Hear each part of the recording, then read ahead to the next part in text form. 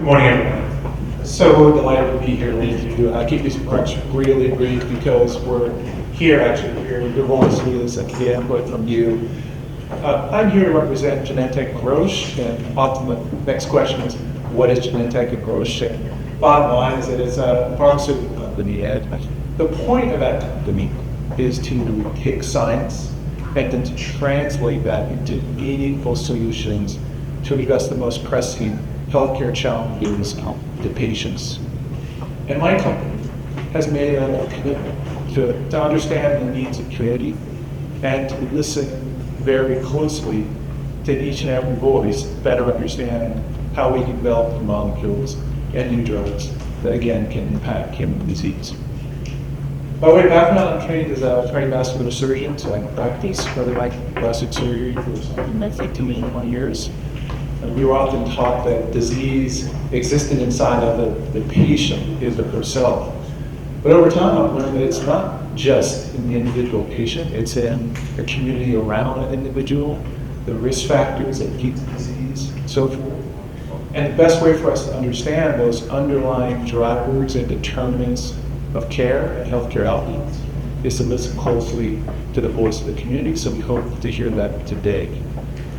Just a few miles away right now is the American Heart Association meeting that's going on. These are the leading minds world over who are discovering and talking about the future of cardiovascular care. That's great. But why does that future matter? It matters because of people in this room, the families, other people in this room, and some of the solutions that we'll talk about hopefully today. Lastly, I have a fellow who's trained at Xavier. She told me, whatever you do not pronounce that with an X at the beginning. That is her one piece of advice to me. So we're delighted to be here with you, to be supporting with this effort, answering questions that you might have about our approach to developing therapeutics. I wish you a very successful day. The last thing I might say is to leave some practical piece of advice from a cardiovascular standpoint, which is to say, number one is to know your numbers, to know what a systolic blood pressure is, to know what a total cholesterol level is, to know what a hemoglobin A1C level is, and to actually be able to interpret those numbers and speak directly to your clinicians about them. So that's the one thing I might say. Second is a little bit of movement every day.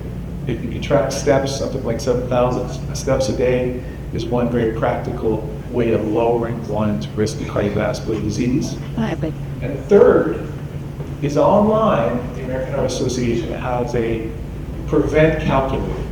And if you Google AHA, American Heart Association, and prevent it, it'll essentially allow you to determine your risk of cardiovascular outcomes or poor outcomes of disease like stroke, myocardial infarction, or heart attack, or a lack of blood supply to the feet. So you can review all this online, give you a sense of your risk.